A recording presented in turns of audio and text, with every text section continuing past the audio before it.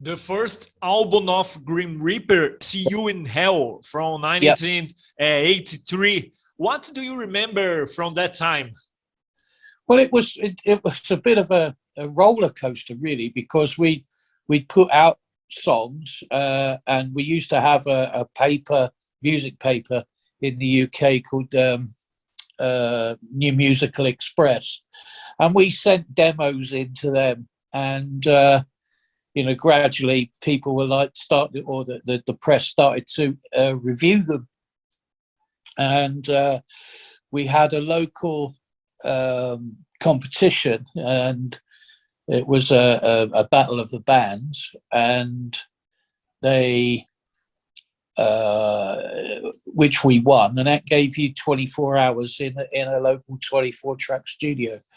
And with that demo, just before we did that, I did a song for the band called Chateau. I did a single for them, and then in between doing that, we won the competition, and then the guys from Chateau got back in touch with me and said, would you do the album for us, because we still can't find a singer? So I said, yeah, no problem. And I used the situation to do more learning in studio, but I took the demo to Ebony Records, and 6 weeks later he'd signed us. So that was how it all led up to that, and it was just a bit of a roller coaster, really. It all happened so quickly. And the second album in 1985, Fear No Evil. What can you say about this work?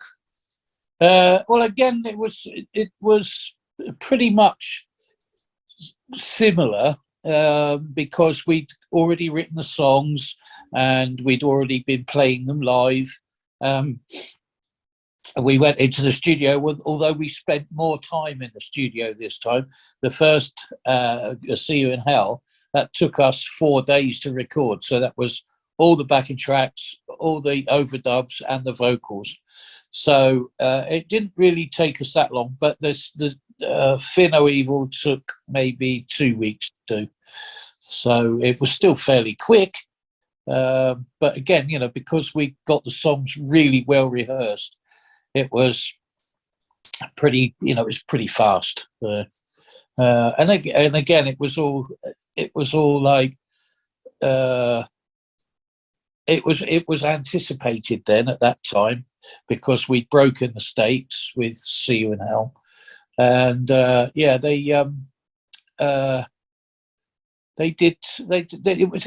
was kind of expected that it would go the same way as See You in Hell, but it didn't, slightly. But it was still a good release, Mm-hmm. So in 1987 came Rock You to Hell, the last album of the first phase of the band. What about this album? Well, again, that was totally different for us. We spent 3 months in the studio. We wrote a couple of songs. One of them was Lust for Freedom. And that was for something else entirely. And of course, it was produced and mixed by Max Norman, who is of Aussie fame, Ozzy Osbourne fame.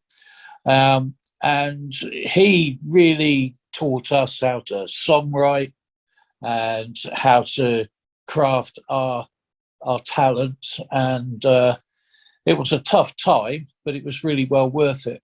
He put us through the mill, and we came out the other side a much better band. So yeah, it was good.